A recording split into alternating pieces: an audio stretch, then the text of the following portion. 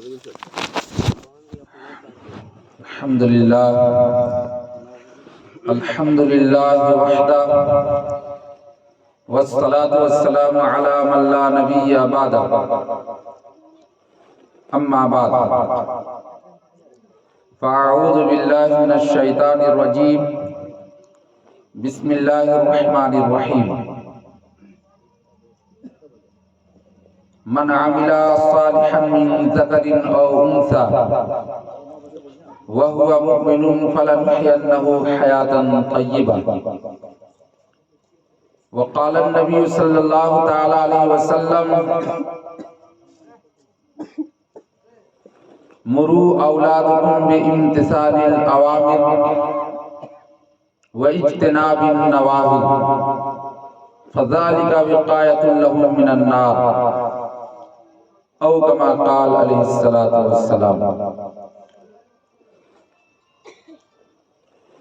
مسلمانوں سنبھل جاؤ، سنبھل جانے کا وقت آیا۔ مسلمانوں سنبھل جاؤ، سنبھل جانے کا وقت آیا۔ بہت سوئے ہوئے ہو تم، اب ہوش میں آنے کا وقت آیا۔ مسلمانوں سنبھل جاؤ، سنبھل جانے کا وقت آیا۔ بہت سوئے ہوئے ہو تم، اب ہوش میں آنے کا وقت آیا۔ جہاں سے 313 چلے تھے تم مسلمانوں، جہاں سے 313 چلے تھے تم مسلمانوں، انہی ماضی کی راہوں میں پلٹ جانے کا وقت آیا۔ جلا ڈالی تھی تم نے کشتیاں اندلس کے ساحل پر، جلا ڈالی تھی تم نے کشتیاں اندلس کے ساحل پر، مسلمانوں وہی تاریخ دہرانے کا وقت آیا۔ نبی کی آبرو باقی رہے گی، تم بھی باقی ہو۔ نبی کی آبرو باقی رہے گی، تم بھی باقی ہو، ورنہ پھر غلامی میں الجھ جانے کا وقت آیا۔ سنو یہ روز آئے اتھر سے کیا آواز آتی ہے، مسلمانوں سنو یہ روز آئے اتھر سے کیا آواز آتی ہے، میری حرمت پہ کٹ جانے کا وقت آیا۔ سنو یہ روز آئے اتھر سے کیا آواز آتی ہے، مسلمانوں میری حرمت پہ کٹ جانے کا وقت آیا۔ فنا فی اللہ کے تہمِ بقا کا راز مضمر ہے، فنا فی اللہ کے تہمِ بقا کا راز مضمر ہے، جسے مرنا نہیں آتا اسے جینا نہیں آتا۔ وہ مرد نہیں جو ڈر جائے حالات کے خونی منظر سے، وہ مرد نہیں جو ڈر جائے حالات کے خونی منظر سے، جس دور میں جینا مشکل ہو اس دور میں جینا مردی ہے۔ وہ مرد نہیں جو ڈر جائے حالات کے خونی منظر سے، جس دور میں جینا مشکل ہو اس دور میں جینا مردی ہے۔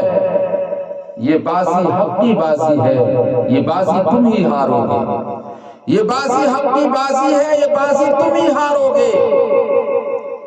ہر گھر سے موحد نکلے گا، تم کتنے موحد مارو گے۔ واجب الاحترام حاضرین پروگرام، آج کا یہ عظیم الشان پروگرام جس میں ہماری اور آپ کی حاضری ہوئی ہے، غالباً عقیقہ مسنونہ کی نسبت پر منعقد ہے۔ سرزمین ٹٹک جوری میں جناب ابراہیم صاحب کے یہاں مورخہ 6 فروری 2023 مطابق 14 رجب المرجب 1444 ہجری بروز سوموار منعقد ہو رہا ہے۔ اللہ تعالیٰ سے دعا ہے کہ اللہ تعالیٰ آپ حضرات کے اس بیٹھنے کو اور مجھ ناچیز کو قرآن و حدیث پر مشتمل کچھ دینی گفتگو آپ حضرات سے کرنے کی توفیق بخشے، آمین ثم آمین۔ تمام قسم کی تعریف لائق و زیبا ہے اللہ جل شانہ و عم نوالہ کے لیے۔ جس نے پوری کائنات اور اس کے ذرے ذرے کو پیدا فرمایا، درود و سلام تمام انبیاء علیہ السلام پر، خصوصاً احمد مجتبیٰ محمد مصطفیٰ صلی اللہ تعالی علیہ وسلم کی ذات گرامی پر، جو پوری دنیا کے لیے رشد و ہدایت بن کر تشریف لائے۔ اللہ تبارک و تعالی نے انسانوں کو بے شمار نعمتیں عطا فرمائی ہیں۔ انہی نعمتوں میں اولاد بھی ایک بہت بڑی نعمت ہے، اور جب کسی کے پاس کوئی نعمت ہوتی ہے تو وہ نعمت کا کچھ نہ کچھ تقاضا ہے۔ آپ کے پاس مال ہے، آپ کے پاس دولت ہے، یہ بھی اللہ تعالیٰ کی طرف سے ایک نعمت ہے۔ اس مال کا تقاضا یہ ہے کہ ہم اس کو جائز طریقے پر خرچ کریں، جائز جگہوں میں خرچ کریں، اور اس نعمت کو جب ہم حاصل کریں اور نعمت کے حصول کا وقت آئے تو پھر یہ ہم دیکھیں کہ جائز طریقہ سے ہم اس نعمت کو حاصل کر رہے ہیں یا نہیں۔ تو دولت اور یہ مال کا تقاضا یہ ہے کہ ہم اس کو جائز جگہوں پر خرچ کریں۔ جائز جگہ تو آپ جانتے ہی ہیں، اللہ کی راہ میں خرچ کریں، اپنی اولاد کی پرورش میں خرچ کریں، مکان اور دکان بنانے میں خرچ کریں، اپنی ضروریات زندگی میں خرچ کریں، اس کی کوئی ممانعت نہیں۔ تو اولاد بھی ایک نعمت ہے۔ جب اولاد بھی ایک نعمت ہے اور ایک بہت بڑی نعمت ہے تو اس کا کیا تقاضا ہے؟ اس کا بھی تو تقاضا ہے کہ اولاد کا جو حق ہے، ہم پر جو ذمہ داریاں عائد ہے، ہم اس ذمہ داری کو نبھائیں اور ان کے حقوق کو ادا کریں۔ یہ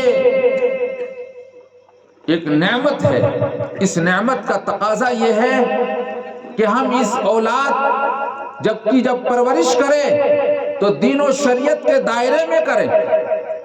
ہماری اس اولاد کے حلق میں جو لقمہ جائے وہ مال حلال ہو، حرام نہ ہو۔ یہ ہماری اولاد کی جو زندگی ہو، اس زندگی میں اللہ کی بندگی ہو، غیر اللہ کی بندگی نہ ہو۔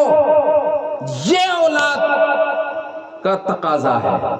اولاد ایک نعمت ہے اور اس کا تقاضا یہ ہے کہ اس نعمت کی ہم دیکھ بھال کریں اور ہمارے اوپر جو ذمہ داریاں عائد ہوتی ہے ہم مکمل طور پر ان کو نبھائیں۔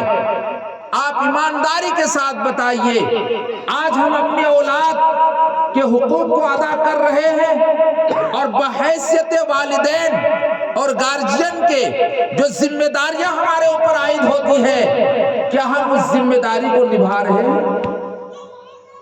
جواب یہ آئے گا کہ کچھ تو نبھا رہے ہیں، کما حقہ نہیں۔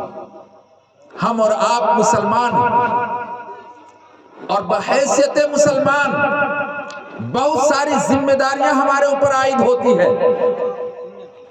ہم لوگوں کے علاوہ، مسلمان کے علاوہ بھی دنیا میں قوم ہے جسے ہم غیر مسلم کہتے ہیں، ان کے بھی آل اولاد ہیں، ان کی بھی اولادیں ہیں، اور ہم یہ دیکھتے ہیں کہ وہ ہم سے بڑھ چڑھ کر اپنی اولاد کی یہ ذمہ داری پوری کرتے ہیں، مگر اللہ کے حکم سمجھ کر کے یہ ذمہ داری وہ پوری نہیں کرتے۔ دنیا کا رواج سمجھ کر کے، تقاضا سمجھ کر کے، محبت کے عشق میں یہ سب کچھ کر رہا ہے کہ یہ میرا بیٹا ہے، بیٹا کو محسوس ہو کہ یہ میرا باپ ہے۔ پیدر شفقت کو ہم ادا کر رہے ہیں اور باپ ہونے کا حق ادا کر رہے ہیں۔ دنیا کا رواج ہے، اس کو ہم پورا کر رہے ہیں کہ ہمارے خاندان کے لوگ نہ ہنسے، ہمارے جاننے والے نہ ہنسیں، کوئی ہم کو تانا نہ دے کہ ارے وہ تمہارا بیٹا ہے اور وہ کھانے پینے کے محتاج ہے، پہننے اوڑھنے کے محتاج ہے، رہنے سہنے کے محتاج ہے، ہم شرما شربی میں اور دنیا کے رواج میں اس کو پورا کر رہے ہیں۔ تو ہم سے کہیں زیادہ تو غیر مسلم اس ذمہ داری کو نبھا رہے ہیں، مگر وہ اللہ کا حکم سمجھ کر کے نہیں، دنیا کا رواج سمجھ کر کے اس ذمہ داری کو نبھا رہے ہیں۔ ہم مسلمان ہیں، ہم اللہ کا حکم سمجھ کر کے اگر اس ذمہ داری کو نبھائیں گے تو آپ کو معلوم ہے اللہ کے رسول کی یہ حدیث ہے کہ صدقوں میں سب سے افضل صدقہ وہ ہے جو تم نے اپنی اولاد پر خرچ کیا۔ صدقوں میں کہتے ہیں کہ ہم نے صدقہ نکالا، ہم نے صدقہ فلاں کو دیا، فلاں غریب کو دیا، فلاں یتیم بچی کو دیا، فلاں بے کس کو دیا، فلاں مجبور کو دیا، فلاں بیمار آدمی کو دیا، ہم نے صدقہ کے ذریعے فلاں لوگوں کی مدد کی۔ اللہ کے رسول فرما رہے ہیں کہ افضل صدقہ ہے کہ تم نے اپنی اولاد پر، اہل و عیال پر، اپنی بیوی پر جو تم نے خرچ کیا، یہ افضل صدقہ ہے۔ تو ہم اللہ کے حکم سمجھ کر اگر ہم اس ذمہ داری کو نبھائیں گے تو پھر اللہ تعالیٰ کل قیامت کے دن ہمیں اس کا اجر عطا فرمائیں گے اور کامیابی ہماری قدم چومے گی۔ کل میدان محشر میں جب اللہ کی عدالت لگے گی اور جب بیٹا باپ کا گریبان پکڑا ہوا ہوگا کہ الہ العالمین، اس نے میرے لیے شاندار مکان کو بنایا تھا، الہ العالمین، اس نے ہمارے لیے جائیداد اور پراپرٹی تو چھوڑی تھی، اس نے تو ہم کو ڈاکٹر بنایا تھا، انجینئر بنایا تھا، اس نے تو ہم کو بڑے عہدے پر فائز کیا، ہم کو کلکٹر کے عہدے پر پہنچایا، کمشنر کے عہدے پر پہنچایا، گورنر کے عہدے پر پہنچایا۔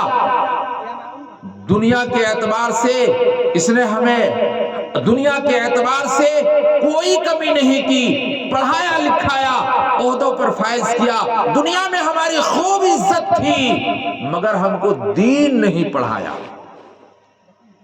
ہمیں اللہ کی معرفت حاصل نہیں۔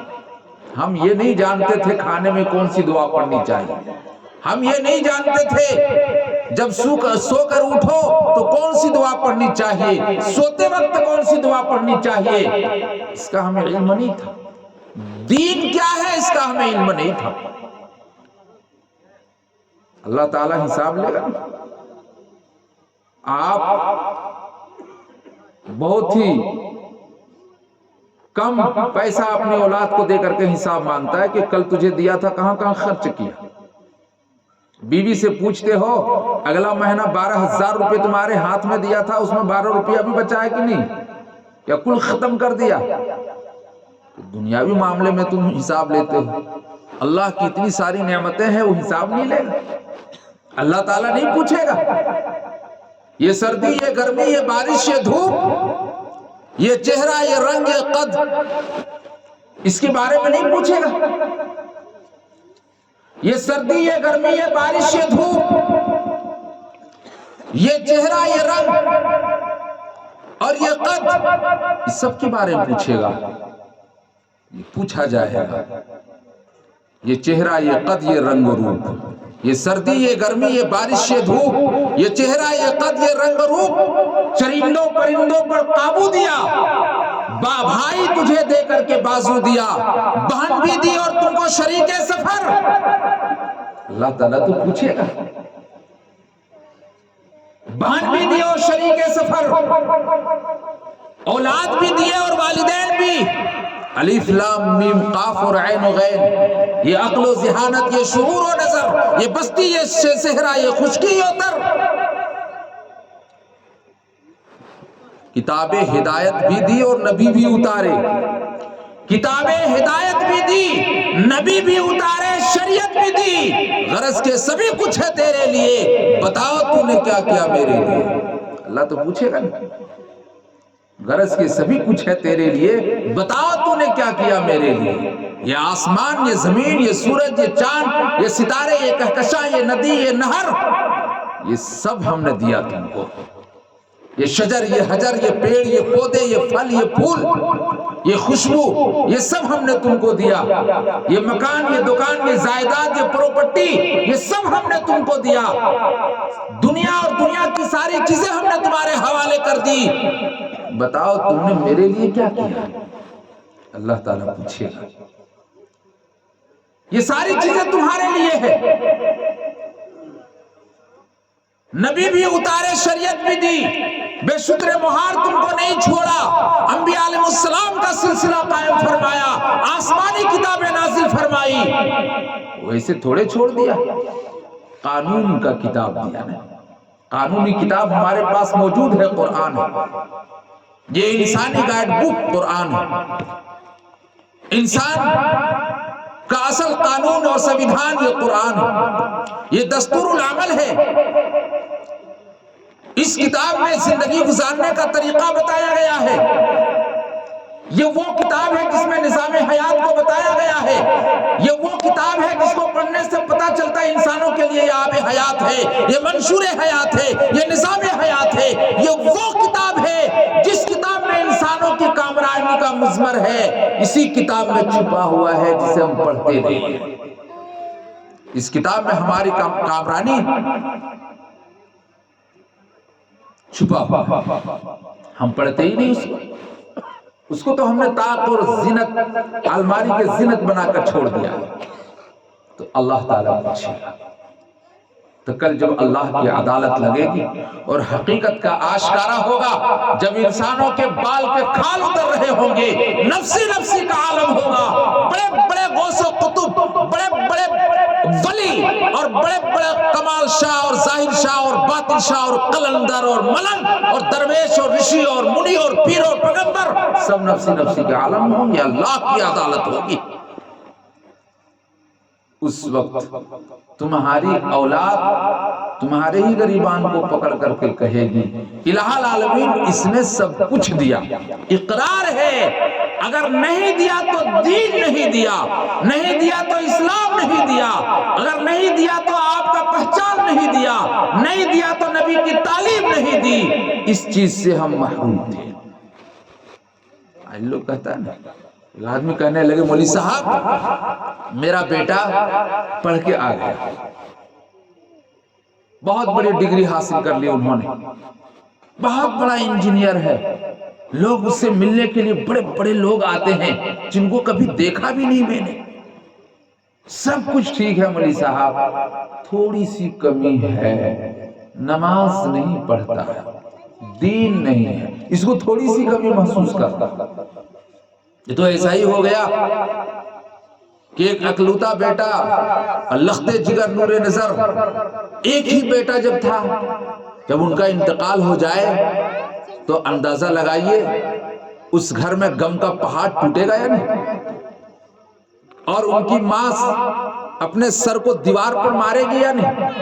ان کے رشتہ دار عزیز و اقربا دھاڑیں مار مار کر کے روئیں گے یا نہیں. پوری بستی میں ماتم چھا جائے گا، سناٹا چھا جائے گا، سانپ سن جائے گا کہ ایک ہی بیٹا تھا وہ بھی ختم ہو گیا. مگر لوگ جو آئے ہاتھ پکڑ، نہیں ابھی تو نالا چل رہا ہے. کوئی آئے گا، نہیں ابھی تو ہاتھ گرم ہے، بدن گرم ہے، سکتہ تاری ہوا ہوگا، ابھی انتقال نہیں ہوا. ڈاکٹر کو بلایا گیا، ڈاکٹر نے دیکھا کہ کوئی بھی تیار نہیں ہے یہ کہنے کے لیے کہ ان کا انتقال ہوا ہے. کوئی بھی کہنے کے لیے تیار نہیں کہ اگر میں نے کہہ دیا تو ماں کو کیا کہہ کے سمجھائیں گے. ان کی ماں تو اپنے سر کو دیوار پہ دے مارے گی اور مر جائے گی. اس لیے کوئی کہنے کے لیے تیار نہیں. ہر کوئی کہہ رہا بدن گرم ہے، نالا چل رہا ہے، سکتہ تاری ہو گیا، آنکھ بند ہو گئی، یہ مرا نہیں ہے، زندہ ہے. ڈاکٹر صاحب آئے تو ان کا تو نالج ہے نا، وہ تو روز دیکھتا ہے، وہ مردوں اور زندوں کو پہچاننے کی کیپیسٹی اس کے اندر ہے. تو اس نے جب دیکھا کہ ارے یہ تو مر چکا ہے، آدھا گھنٹہ ایک گھنٹہ ہو چکا ہے، کہا کہ گھبرانے کی ضرورت نہیں ہے، بالکل ٹھیک ٹھاک ہے. آپ لوگ دیکھ رہے ہیں پورا بدن باڈی ٹھیک ٹھاک ہے، ہاتھ بھی ٹھیک ہے، پیر بھی ٹھیک ہے، دل دماغ بھی ٹھیک ہے، مکمل ٹھیک ٹھاک ہے.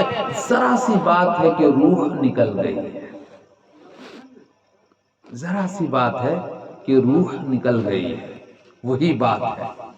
آپ ڈاکٹر ہیں میاں ٹھیک ہے، آپ کلکٹر ہیں میاں ٹھیک ہے، آپ ماسٹر ہیں میاں ٹھیک ہے، آپ انجینئر ہیں میاں ٹھیک ہے، سب ٹھیک ہے، ذرا سی بات ہے کہ دین نکل گیا ہے، اسلام کے دائرے سے تم نکل گئے ہو، دین داری نہیں ہے، تو سمجھو کہ روحانی طور پر تم مر چکے ہو، زندہ ہو، یہ لاش کی طرح ہے۔ میں کہتا فلاں کی لاش، کسی کا ڈیڈ باڈی آئے تو کہتا فلاں کی لاش آ گئی۔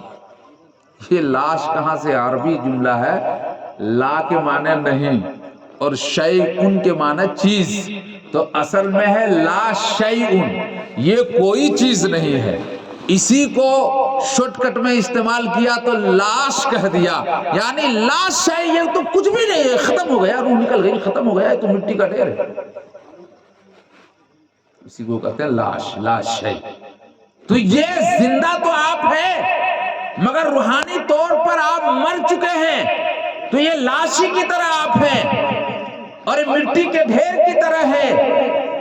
اس لیے ضرورت یہ ہے کہ روحانی طور پر بھی آپ زندہ رہیں، جسمانی طور پر بھی زندہ رہیں، آپ کی زندگی میں دین بھی ہو اور دنیا بھی ہے، کوئی منع نہیں کرتا۔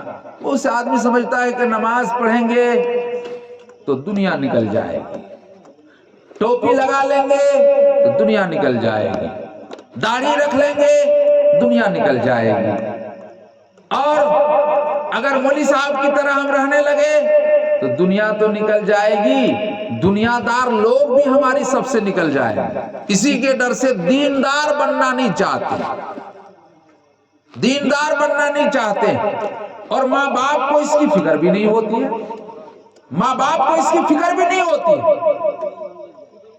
اس کی فکر پہلے کے لوگوں کو ہوتی تھی، اب تو لوگوں کا ضمیر مر چکا ہے، ہماری غیرت مر چکی ہے، ہمیں تو اس کی فکر ہی نہیں ہے۔ فکر تو یہ ہے کہ ہماری اولاد کے لیے پراپرٹی ہو، جائیداد ہو، بینک بیلنس ہو، مکان دکان شاندار ہو، اس کی ہمیں رات دن فکر ہوتی ہے، اس کی فکر کبھی نہیں ہوتی۔ دیکھیے حضرت یعقوب علیہ السلام، ام کنتم شہداء اذ حضر یعقوب الموت اذ قال لبنیہ ما تعبدون من بعدی قالوا نعبد الہک و الہ آبائک ابراہیم و اسماعیل و اسحاق الہ واحدا ونحن له مسلمون۔ اللہ تعالیٰ فرما رہے ہیں کیا تم اس وقت حاضر تھے جب یعقوب علیہ السلام کی موت کا وقت آیا؟ ظاہر سی بات ہے، اللہ نے بتایا تو ہمیں علم ہوا، اللہ نے قرآن میں اس واقعہ بتایا تو اللہ کے رسول کو بھی علم ہوا اور ان کے ذریعے سے ہم لوگوں کو بھی علم ہوا، ورنہ یعقوب علیہ السلام کے زمانے میں خود نہ اللہ کے رسول تھے نہ ہم لوگ تھے، تو اللہ نے کہا تمہیں کیا پتا، تم تو تھے نہیں۔ جب یعقوب علیہ السلام کی موت کا وقت آیا تو یعقوب علیہ السلام نے اپنے بیٹوں کو جمع کیا۔ کتنے بیٹے تھے یعقوب علیہ السلام کے؟ 12 بیٹے تھے۔ فرمایا اپنے بیٹوں کو جمع کیا یعقوب علیہ السلام نے، اور یعقوب علیہ السلام نے اپنے بیٹوں کو جمع کر کے اور نصیحت کی، وصیت کی، ان کو ڈائریکشن دیا، ہدایت دی، فرمایا کہ تم یہ بتاؤ کہ میرے اس دنیا سے چلے جانے کے بعد کن کی عبادت کرو گے، کن کی پوجا کرو گے؟ یہ کہا اذ قال لبنیہ ما تعبدون من بعدی، ما تعبدون من بعدی، ہمارے مر جانے کے بعد، اس دنیا سے پردہ فرما جانے کے بعد بتاؤ تم کن کی عبادت کرو گے؟ یہ تو پیغمبر کے گھر کی اولاد ہے نا، یعقوب علیہ السلام بھی پیغمبر ہے، اسحاق علیہ السلام بھی پیغمبر ہے، اسماعیل علیہ السلام بھی پیغمبر ہیں، اور یہ سلسلہ بہت دور سے چلا ہے۔ تو ان کی اولادوں نے کہا کہ ابا جان آپ اس کی فکر کرتے ہیں کہ آپ کے اس دنیا سے چلے جانے کے بعد ہم دین سے پھر جائیں گے اور غیر اللہ کی پوجا پاٹ کریں گے، اس پر جا کے جل ڈھاریں گے؟ نہیں، فرمایا آپ اس کی فکر نہ کریں، فرمایا کہ ہم کس کی عبادت کریں گے؟ آپ کے رب کی عبادت کریں گے۔ ما تعبدون من بعدی، یہاں تو سوال تھا کس کی عبادت کرو گے؟ فرمایا قالوا نعبد الہک و الہ آبائک، اے میرے ابا جان آپ کے معبود کی، آپ کے رب کی معبود کو پوجا کریں گے، آپ کے معبود کی پوجا کریں گے، آپ کے رب کی پوجا کریں گے۔ ابراہیم علیہ السلام جس رب کی پوجا کرتے تھے اس کی پوجا کریں گے، اسحاق علیہ السلام جس کی عبادت کرتے تھے اس کی عبادت کریں گے، اسماعیل علیہ السلام جس کی عبادت کرتے تھے اس کی عبادت کریں گے، اور ہم سب اللہ کے حکم کے سامنے سر جھکا دیں گے۔ آج کسی کا انتقال ہو، بہت زیادہ دیندار اگر ہو، تب کہے گا بیٹا وہ فلاں کھیت جو ہے نا اس کا کھتیان فلاں بکسہ میں رکھا ہوا ہے، وہ دیکھنا اس میں تھوڑا سا لفڑا چل رہا ہے، اس سے مسئلہ حل کر لینا۔ اور بیٹا سنو وہ فلاں بینک ہے تم لوگوں کو بتایا نہیں تھا، اس میں 10 لاکھ روپیہ میرا ہے، اس میں جو ہم نے جمع کر رکھا ہے ڈبل ہو چکا ہے، 20 لاکھ تک بن گیا ہے، کچھ سال کے بعد نکال لینا، نومنی میں تمہاری ماں کا نام ہے، اور سنو بیٹا فلاں آدمی کو میں نے اتنا پیسہ دے رکھا ہے، اور بیٹی کو بھی بلاؤ اسے بھی کچھ وصیت نصیحت کر دیتے ہیں۔ سب کو بلانے کے بعد بہت زیادہ دیندار ہو تو کہے گا بیٹا اب تو ہم چلے، تم لوگ نماز بھی پڑھنا، دبی آواز میں کہے گا تم لوگ نماز بھی پڑھنا۔ یہ تو دینداروں کی بات میں کر رہا۔ اور جو بے دین ہو، پوری زندگی لفڑ بازی میں جس نے گزاری ہو، جو لنفنیا آدمی ہو، لچا آدمی ہو، بدماش آدمی ہو، جس نے اپنی عزت کا کبھی خیال نہیں کیا، حلال حرام کا خیال نہیں کیا، وہ آدمی وصیت کرے گا اپنی اولاد، اور وہ اولاد باپ کی وصیت کو تسلیم کرے گی؟ وہ تو دیکھے گا بیٹے کی موجودگی میں باپ نے شراب پیا ہے، بیٹے کی موجودگی میں بدنگاہی ان کی تھی، بیٹے کی موجودگی میں انہیں چوری کی ہے، بیٹے کی موجودگی میں انہوں نے بدماشی کی ہے، بیٹے کی موجودگی میں اس نے گناہ کے کوئی کام نہیں چھوڑے جو اس دھرتی پر اس نے انجام نہ دیا ہو۔ وہ کیا وصیت کرے گا؟ بیٹا نماز پڑھنا۔ اور آج کتنا آسان سمجھتا ہے آدمی کہ مولوی صاحب سمجھا بجھا کے دیکھ لیے، اب یہ سمجھے اور ان کا کام جانے اور یہ جانے۔ ہمارا کام تو اتنا ہی ہے نا کہ ہم نے اس کو پوس پال کر کے جوان کر دیا، ان کی پرورش اچھی طرح کر دی، تو آپ تو جانتے ہیں ہم نے بہت محنت سے کمایا اور بہت محنت سے ہم نے ان کو پوس پال کر کے جوان کیا، اچھے گھرانے میں شادی کرا دی، اب تو ہماری بات نہیں مانتے، اب تو بیوی کی بات پر یہ چلنے لگے، اب ہم نماز کے لیے کہیں گے تو ہماری کھٹیا کھڑی ہو جائے گی، جو 2 وقت کی روٹی ملتی ہے وہ بھی بند ہو جائے گی۔ تو مولوی صاحب وہ سمجھے ہم اپنا مالک ہیں، یہ کہہ کے آپ چھوٹ جائیں گے؟ نہیں چھوٹ سکتے۔ اور ایمانداری کے ساتھ بتائیے، آپ ایمانداری کے ساتھ بتائیے کہ آپ نے اپنے اولاد کی تربیت کی۔ تربیت کا معنی کیا ہے؟ ٹریننگ۔ تربیت کا معنی ٹریننگ ہے۔ ٹریننگ کہتے کسے ہیں؟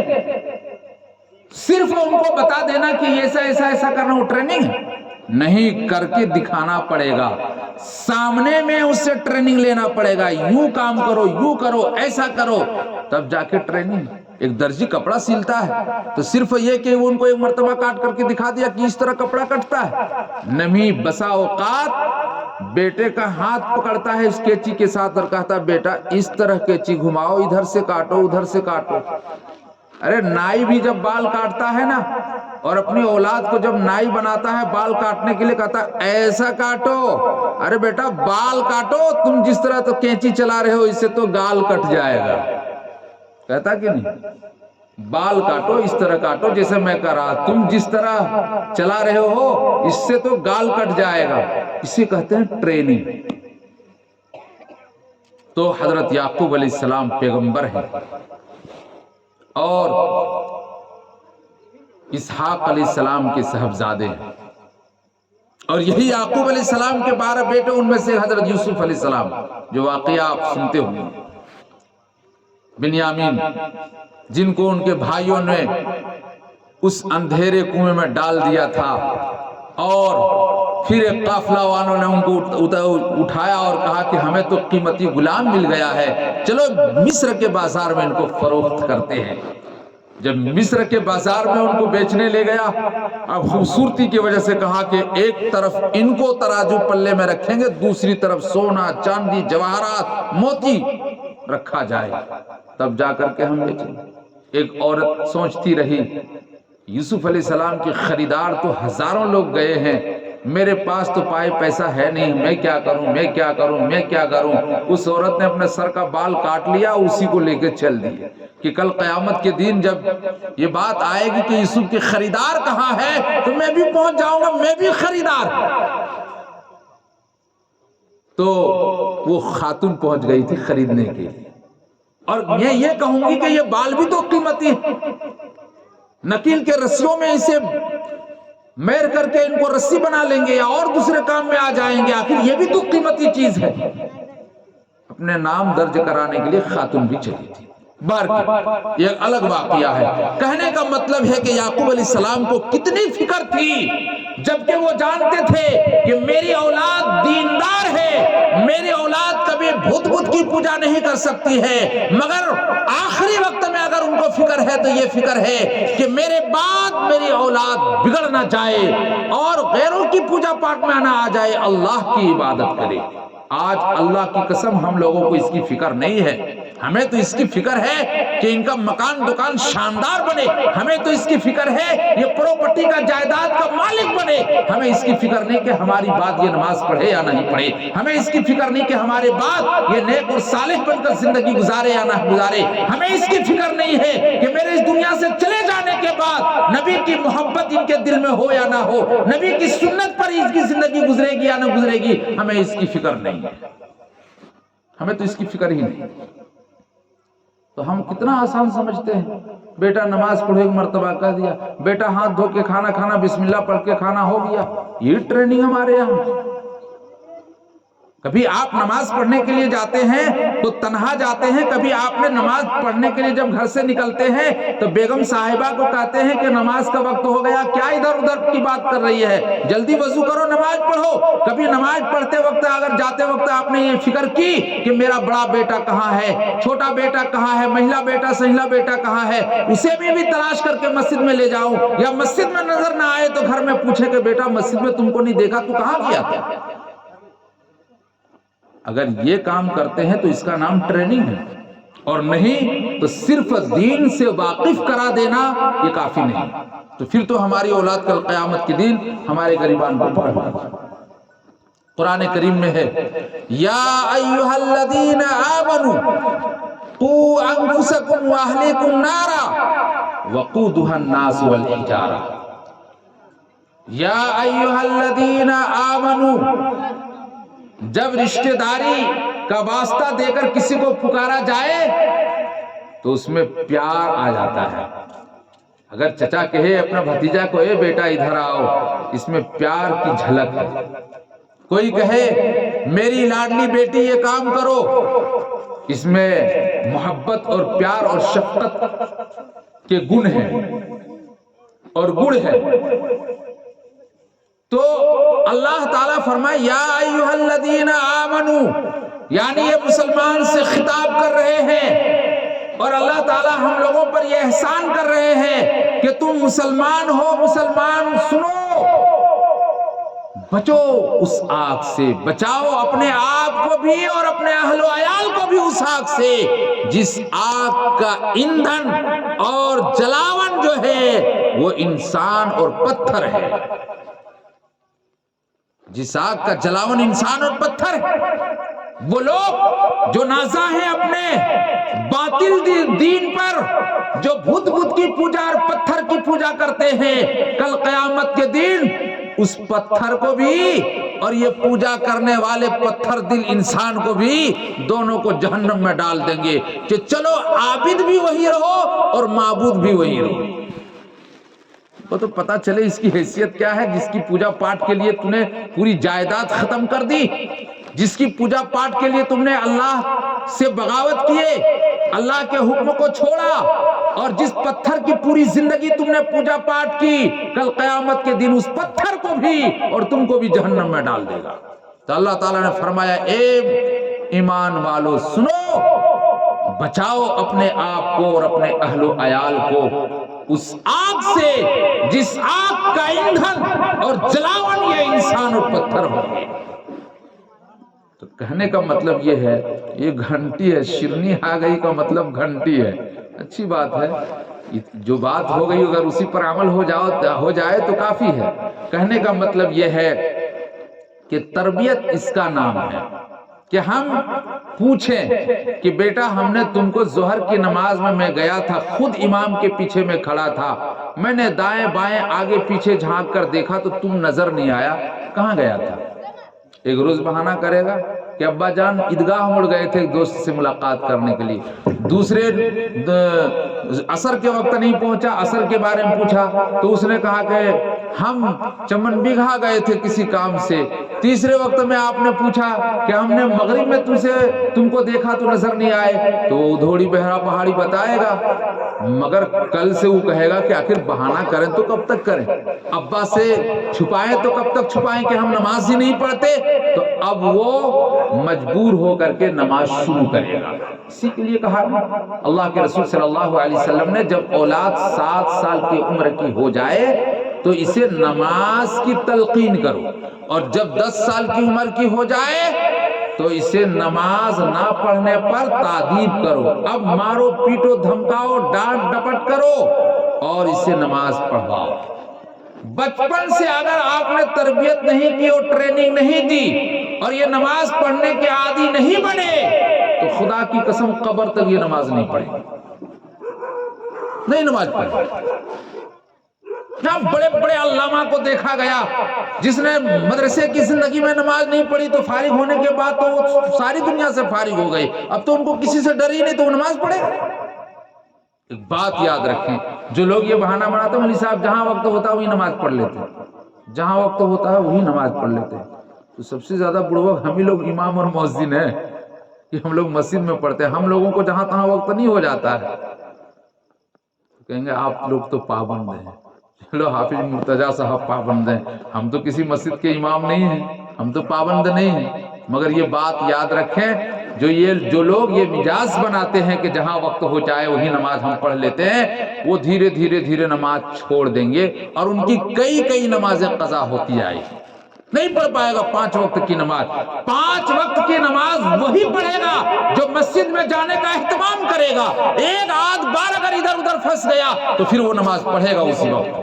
اور جو مسجد کا اہتمام نہیں کرتا ہے تو جو کہتا ہم یہاں وہاں پڑھتے ہیں وہ کہیں نہیں پڑھتا ہے، اس کو کبھی موقع نہیں ملتا جو یہاں وہاں کا۔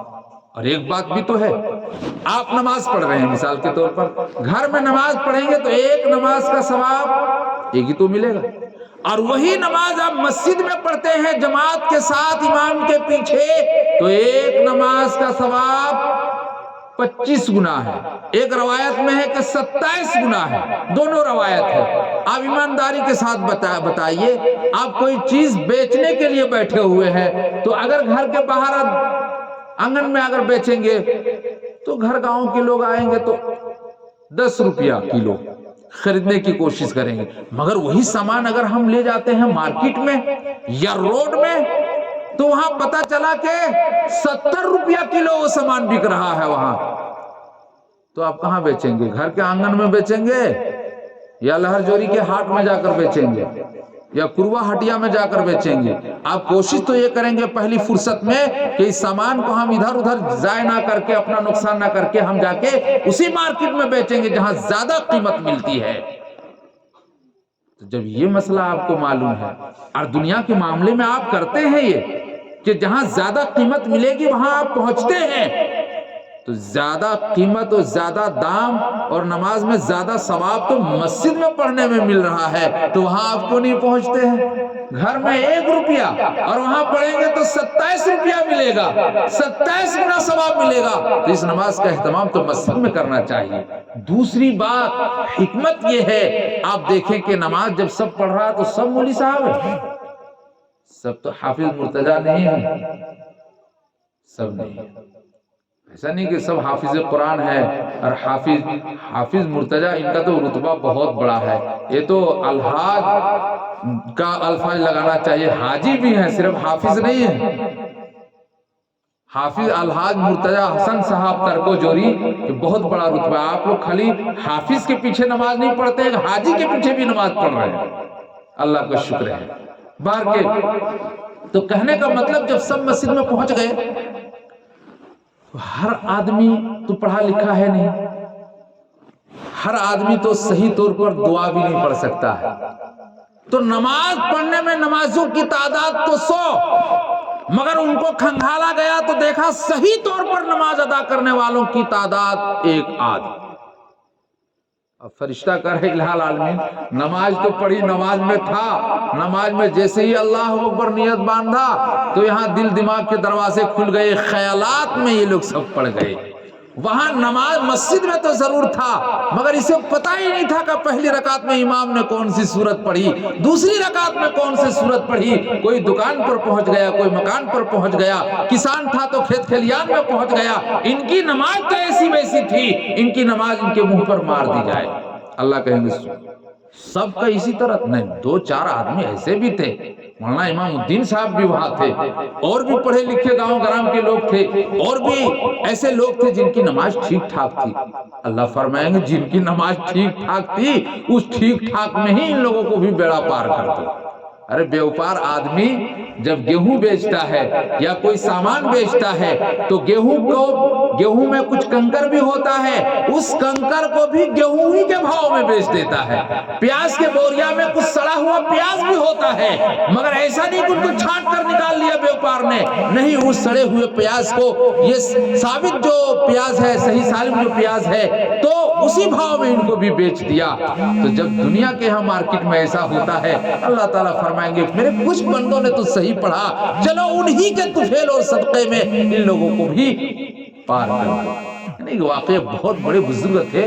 خواب میں دیکھا کہ بڑا مجمع ہے، حج کرنے گئے تو باپ رے باپ، یہ سب نورانی چہرے والے اور یہ ابیر کبیر اور ایک سے ایک شیخ الحدیث اور ایک سے ایک اللہ والے، کہاں ہم چیبیدی کا شوربہ، میرا حج قبول بھی ہوگا؟ تو اس خیال میں سو گئے۔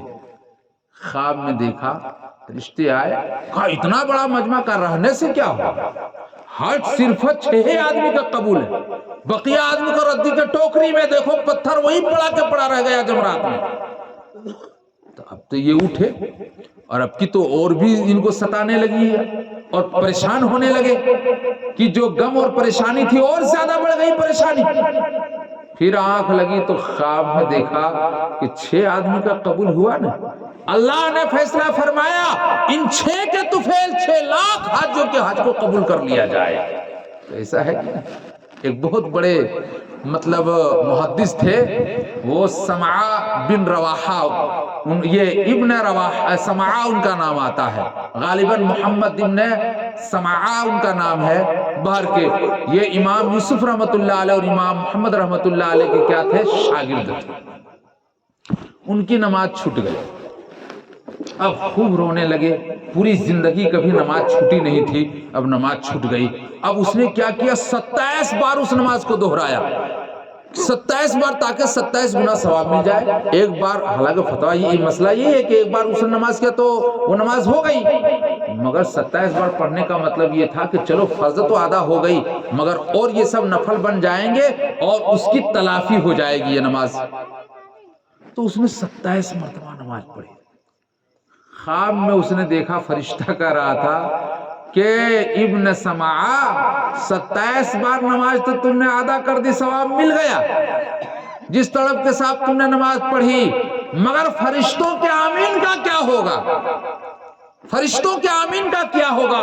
بخاری میں حدیث ہے جب امام کہتا ہے غیر المغضوب علیہم ولا الضالین تو اس وقت فرشتے بھی آمین کہتے ہیں امام کے آمین کے ساتھ ساتھ، تو مقتدی بھی آمین کہتا ہے۔ جب مقتدی کے آمین فرشتوں کے آمین کے ساتھ مل جائے تو قبولیت میں کوئی شک ہے؟ تو فرمایا کہ وہ ثواب کہاں سے لاؤ گے؟ وہاں فرشتہ والا آمین تو تمہارا گیا، جماعت کے ساتھ پڑھتے تو غیر المغضوب علیہم ولا الضالین پر جب امام پہنچتے تو فرشتے بھی آمین کہتے اور تم بھی آمین کہتے، تمہارا آمین فرشتوں کے آمین کے ساتھ ملتا تو کتنا بڑا ثواب ہوتا۔ وہ تو فرشتے جو ہے معصوم عن الخطا ہے اور ان کی غذا اللہ کی عبادت ہے، گناہ ان کے کھاتے میں نہیں ہے، تو ان کے آمین کے ساتھ ہمارا آمین مل جاتا تو کتنا بڑا رتبہ ہوتا، کتنا بڑا ثواب ہوتا۔ نماز تو قضا کر لی تم نے، مگر فرشتوں کے آمین کا کیا ہوگا؟ یعنی فرشتوں کا آمین تم کہاں سے لاؤ؟ تو دیکھیے یہ بات ہے جماعت سے نماز پڑھنے میں، فرشتوں کے آمین کے ساتھ آمین ہم لوگوں کا ملتا ہے۔ باہر کے وقت نہیں، دراصل بات اتنی سی کہنی تھی کہ آج ہم اپنی اولاد کی یہ حقوق کی یہ ذمہ داری ہم اللہ کے حکم سمجھ کر ادا نہیں کر رہے ہیں، دنیا کا رواج سمجھ کے، اور ہم لوگوں سے بھی زیادہ اچھے انداز میں غیر مسلم کر رہے ہیں۔ ارے وہ بھی چھوڑ دیجئے، جانور لے لیجئے، چرند پرند چوپائے شیر چیتے، وہ بھی تو اپنے بچوں کی حفاظت کے لیے انتظام کرتے ہیں۔ چڑیاں، چھوٹی سی چڑیاں ہے وہ گھونسلہ، بیاباں چڑیا ہے وہ گھونسلہ، تار کے درخت میں اتنا خوبصورت انجینئرنگ انجینئرنگ وہ دکھاتے ہیں فن اس میں، اور کس خوبصورت انداز میں وہ گھونسلہ بناتے، بیٹھنے کا الگ، انڈا دیا وہ الگ، بچہ رکھنے کا الگ، جھلوا جھولنے کا الگ۔ تو بتائیے، تو یہ سب چھوٹی چھوٹی چڑیاں بھی اپنے بچوں کے انتظام، ان کے کھانے پینے کے سامان وہ بھی کرتے ہیں، اور وہ ہم سے زیادہ عقل نہیں رکھتے۔ تو سمجھداری تو عقل سلیم تو انسان کو دیا گیا ہے، ان چیزوں سے زیادہ عقل ہے۔ تو اس لیے صرف اس پر اکتفا نہ کریں کہ مولوی صاحب اپنا بیٹا کو کہہ دیے تھے بسم اللہ کہہ کے کھانا، اپنے بیٹا کو میں نے کہہ دیا بیٹا 5 وقت کی نماز پڑھنا، بیٹا رمضان المبارک کا مہینہ آ رہا روزہ رکھنا، بیٹا حلال مال کھانا، بیٹا بیوی کا حق ادا کرنا، بیٹا یہ تمہاری ماں ہے اس کا خیال کرنا، بیٹا یہ تمہارا بھائی ہے اس کا خیال کرنا، بیٹا یہ تمہارا پڑوسی ہے اس کا خیال کرنا۔ صرف کہنے سے نہیں ہوگا بلکہ ٹریننگ اور تربیت دینا پڑے گا۔ نماز نہیں پڑھنے جاتا ہے تو دیکھنا پڑے گا، اگر روزہ نہیں رکھتا ہے تو اس کا بھی خیال رکھنا پڑے گا، پڑوسی کے ساتھ کیا معاملہ اس کو بھی دیکھنا پڑے گا۔ اللہ کے رسول نے فرمایا لاکھ نماز پڑھے اگر تمہارا پڑوسی تمہاری شرارت سے محفوظ نہیں ہے تو تم جنت میں نہیں جاؤ۔ اللہ تعالیٰ سے دعا کرے کہ اللہ تعالیٰ ہم سب کو کہنے سننے سے زیادہ عمل کی توفیق عطا فرمائے، اور حضور علیہ السلام کی ایک سنت پر عمل کرنے والا بنائے، اور ہم سب کو اپنی اولاد کے جو حقوق ہیں حکم الہی سمجھ کر اس کی ذمہ داری کو پوری کرنے کی توفیق عطا فرمائے۔ آمین یا رب العالمین۔ دعا کر لی جائے۔ اللہم صلی علی محمد النبی الامی وعلی آلہ وسلم تسلیما۔ اللہ لا الہ الا هو الحی القیوم وعنت الوجوہ للحی القیوم لا الہ الا انت سبحانک انی کنت من الظالمین۔ ربنا آتنا فی الدنیا حسنہ وفی الآخرۃ حسنہ وقنا عذاب النار۔ اللہم اجرنا من النار، اللہم ادخلنا الجنہ۔ اللہم انا نسألک من خیر ما سألک منہ نبیک محمد صلی اللہ علیہ وسلم، ونعوذ بک من شر ما استعاذک منہ نبیک محمد صلی اللہ علیہ وسلم۔ یا الہ العالمین، یا اکرم الاکرمین، ہم سب گنہگار ہیں، قصوروار ہیں، اے اللہ ہم سب کے گناہوں کو معاف فرما، اے اللہ ہم سب کی خطاؤں اور لغزشوں کو معاف فرما، اے اللہ جو پریشان حال ہے ان کی پریشانیوں کو دور فرما، اے اللہ جو بیمار ہے ان کو شفاء کلی عطا فرما، اے اللہ جن لوگوں نے دعا کے لیے کہا ہے یا جو کہنے والے تھے یا جن لوگوں کا ہم لوگوں کے اوپر حق ہے، اے اللہ ان سب کی جائز تمنا اور مرادوں کو پوری فرما۔ اے اللہ صاحب خانہ جناب ابراہیم صاحب نے جس مقصد کے لیے آج کا یہ پروگرام کیا ہے، جن بچوں اور بچوں کے نام پر عقیقہ کیا ہے، اے اللہ ان بچوں اور بچوں کی عمر کو دراز فرما، ان کے مقاصد حسنہ میں مکمل کامیابی عطا فرما، ان کے گھر میں خیر و برکت کا نزول فرما۔ اے اللہ شیطانی وسائل سے اور شیطان کی شرارت سے حفاظت فرما۔ اے اللہ اے اللہ اے اللہ سب کو دن رات کے فتنوں سے حفاظت فرما۔ اے اللہ سب کے ساتھ عافیت کا سلامت کا معاملہ فرما۔ اے اللہ ہم سب کو اپنے حفظ و امان میں رکھ۔ اے بار مولا دنیا کے شرور و فتن سے حفاظت فرما۔ اے اللہ ہم سب کی آل اولاد کو ایک اور نیک بن کر زندگی گزارنے کی توفیق عطا فرما۔ اے اللہ اعمال صالحہ کار خیر کرنے کی توفیق عطا فرما۔ اے اللہ گناہوں سے اجتناب کرنے کی توفیق عطا فرما۔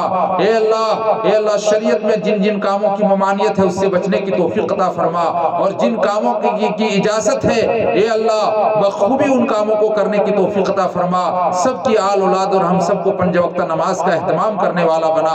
اے اللہ صبح و شام قرآن کی تلاوت نصیب فرما۔ اے اللہ بے شمار مسلمان کے گھر ہیں جو فجر کے وقت ریڈیو کی آوازیں، گانے کی آوازیں، ٹیلی ویژن کی آوازیں تو آتی ہے، قرآن پڑھنے کی اور تلاوت کی آواز نہیں آتی ہے۔ اے بار مولا ایسا ماحول عطا فرما، اسلامی نظام عطا فرما، اسلامی فضا قائم فرما۔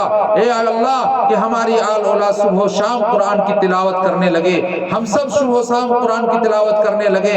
اے اللہ ہم سب صبح و شام قرآن کی تلاوت کرنے لگے۔ اے بار مولا بے شمار نوجوان ہیں جو شراب کے عادی ہیں، اس سے توبہ کی توفیق عطا فرما۔ اے اللہ اس سے توبہ کی توفیق عطا فرما۔ بے شمار ایسے نوجوان ہیں جو ماں باپ کے نافرمان ہیں، اے اللہ سب کو ماں باپ کا فرما بردار بنا۔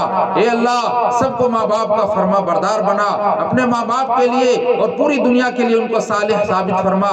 یا الہ العالمین یا اکرم الاکرمین ہم سب کو اسی دنیا میں قبر حشر کی تیاری کی توفیق عطا فرما، جب خاتمہ ہو تو ایمان پر خاتمہ نصیب فرما۔ جناب ابراہیم صاحب کے گھر سے جتنے لوگ اس دنیا سے کوچ کر گئے ہیں، یعنی وہ سب عالم برزخ قبر میں جا کے سوئے ہیں، اللہ سب کی مغفرت فرما۔ ان کے نسلوں میں جو بھی گئے ہیں اے بار مولا سب کی مغفرت فرما۔ یہ سرزمین ٹٹک جوری سے جو لوگ اس دنیا سے چلے گئے اللہ سب کی مغفرت فرما۔ اے اللہ جب ہم لوگوں کا خاتمہ ہو تو ہم لوگوں کا ایمان پر خاتمہ نصیب فرما۔ اے اللہ ہم سب کے گناہ صغیرہ کبیرہ کو معاف فرما۔ اے اللہ ہم سب کے گناہ صغیرہ کبیرہ کو معاف فرما، سب کے لیے جنت الفردوس کا فیصلہ فرما۔ یا الہ العالمین یا اکرم الاکرمین ہم سب کے بال بچوں کو علم دین کا دائی اور شدائی بنا، سب کو حافظ قرآن عالم بعمل بنا۔ اے اللہ ہم سب کے ہاتھوں سے دین کی اشاعت اور ہم سب کے جان مال کی قربانی کو دین اسلام کے لیے قبول فرما۔ صحابہ تیرے دین کے لیے مرتے تھے، ہم سب کو اپنے دین کے لیے مرنا اور جینا نصیب فرما۔ اے اللہ ہم سب کو اپنے دین کے لیے مرنا اور جینا نصیب فرما۔ پورے عالم میں دین کے ہوا کو چلا دے، بددین ہواؤں کو ختم فرما، اسلام کی سربلندی عطا فرما، اسلام کا بول بالا نصیب فرما۔ اے اللہ اسلام کے جو دشمن ہیں، قرآن کے جو دشمن ہیں، نبی کے جو دشمن ہیں، اہل بیت کے جو دشمن ہیں، صحابہ کے جو دشمن ہیں، اے اللہ انہیں توبہ کی توفیق عطا فرما، انہیں ایمان کی ہدایت نصیب فرما۔ اے اللہ صحیح معنی میں ان سب کو مسلمان بنا۔ اگر ہدایت ان کی قسمت میں نہیں ہے تو ایسوں سے زمین کو پاک اور صاف بنا۔ جو اسلام کے دشمن ہیں، جو اسلام کو صفائے ہستی سے مٹانے کی کوشش کرتے ہیں، اے بار مولا ہم سب کو اسی دنیا میں قبر حشر کی تیاری کی توفیق عطا فرما۔ یا الہ العالمین یا اکرم الاکرمین ہم سب ان خیر و برکات کا سوال کرتے ہیں جو سوال نبی کریم صلی اللہ تعالی علیہ وسلم نے کیا، ان تمام شرور و فتن سے پناہ چاہتے ہیں جن سے حضور صلی اللہ